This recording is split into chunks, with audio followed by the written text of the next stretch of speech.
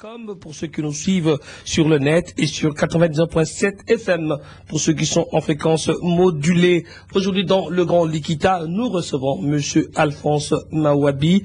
Il est accompagné de Monsieur Semi Bamba. Tous deux viennent sur nos antennes évoquer avec nous la figure de Monsieur Emmanuel Bamba, un des pendus de la Pentecôte, un des conjurés de la Pentecôte, comme on disait à l'époque. Et évidemment, c'est un grand moment historique que nous tenons à partager avec tous les auditeurs de Radio Mangimbo. Merci d'ailleurs à la famille Bamba qui nous permet d'avoir la primeur de cette information. Évidemment, j'accepte de parler parce que j'ai l'occasion pour le moment. Je ne croyais pas le faire. Je ne croyais pas le faire, mais je suis parti du Congo de 1964 après l'accession du pays à l'indépendance. Je suis resté là-bas pendant 46 ans. Eh bien, comme il y a la famille qui est ici en France, ils m'ont prié de leur rendre visite. C'est la raison pour laquelle je suis venu, pour leur rendre visite. Alors, je trouve qu'il y a eu des écrits dans les journaux, dans la radio, et ainsi de suite, concernant le nom de Bamba. Il y a des gens qui essayent de parler d'une manière qui est incomplète. Enfin, c'est la raison pour laquelle je suis venu ici. S'il y a possibilité à ce qu'on essaie de redresser cette situation pour voir exactement qui était Bamba, pourquoi il a été pendu, et voilà là où nous sommes pour le moment. En tout cas, sur Radio Mangimbo, pour beaucoup de Congolais, l'histoire de Bamba, comme l'histoire de cette conjuration de la Pentecôte, comme on disait à l'époque, a été en quelque sorte occultée pendant près de 46 ans, comme on disait tout à l'heure hors micro. Papa Alphonse Mawabi est parti depuis 46 ans. Pendant 46 ans, cette histoire a été mise entre parenthèses.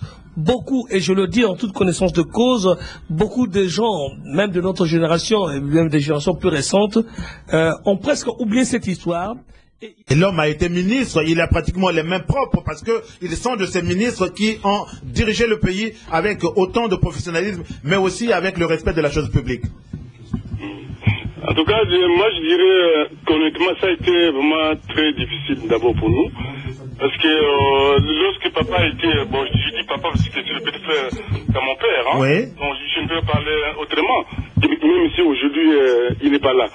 Donc lorsque papa était exécuté comme il a été d'abord, on nous a empêchés de prier. D'accord. Je me suis, à ce moment-là, moi j'étais dans premier NCO. D'accord. Papa qui a été exécuté, papa a été exécuté. C'était un jeudi matin, c'était le 2 juin, et un vendredi, j'avais 3 examens à passer. J'ai dit que mon frère Daniel a dû me prendre pour aller me mettre d'Angélie pour que je puisse réviser dans cet état-là.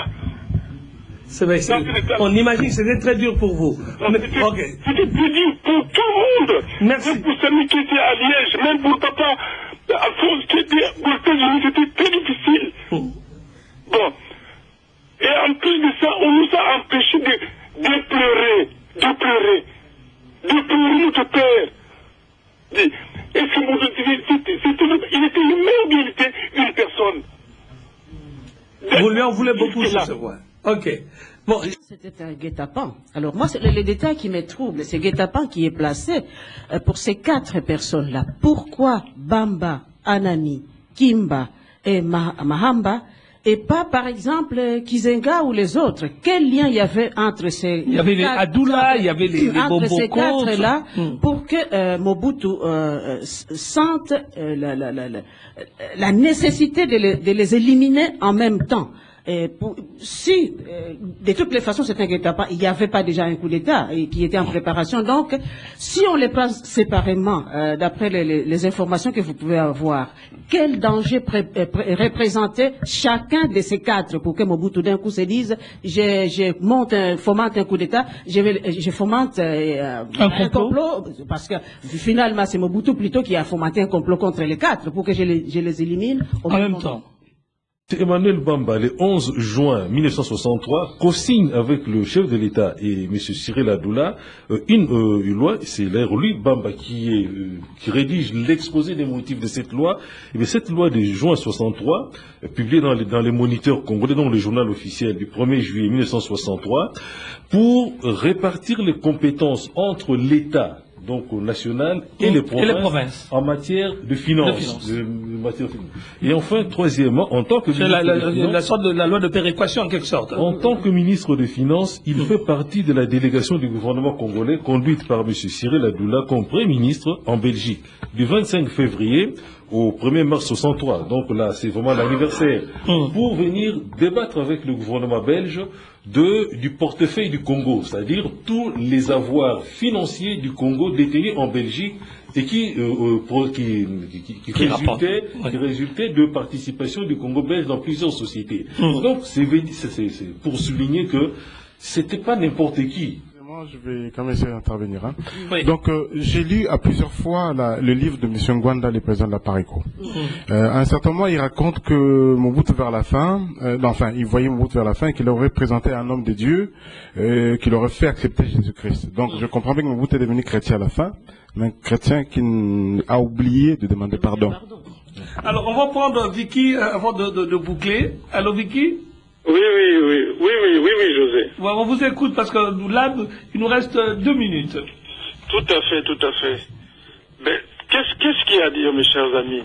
Après avoir suivi le témoignage de Papi Alphonse Mawabi, notre patriarche, qui est parti du Congo depuis 46 ans et qui n'est jamais revenu, les témoignages de mes oncles Samy, Aimé et Jean, et tous les autres que je ne peux citer ici, les éclaircissements de l'historien Anissé Mobé et les interventions de tous les autres, là, ma conviction se forge avec force pour dire que Papi, Emmanuel Bamba n'était pas un homme ordinaire. Il nous a été arraché trop tôt, à ses 46 ans. Et je comprends qu'au moment où le Congo fête les 50 ans de son accession à l'indépendance, Emmanuel Bamba est quelqu'un qui a compté, puisqu'on le retrouve à la fois sur le plan religieux et sur le plan politique de notre pays. Voilà, merci en tout cas. Merci.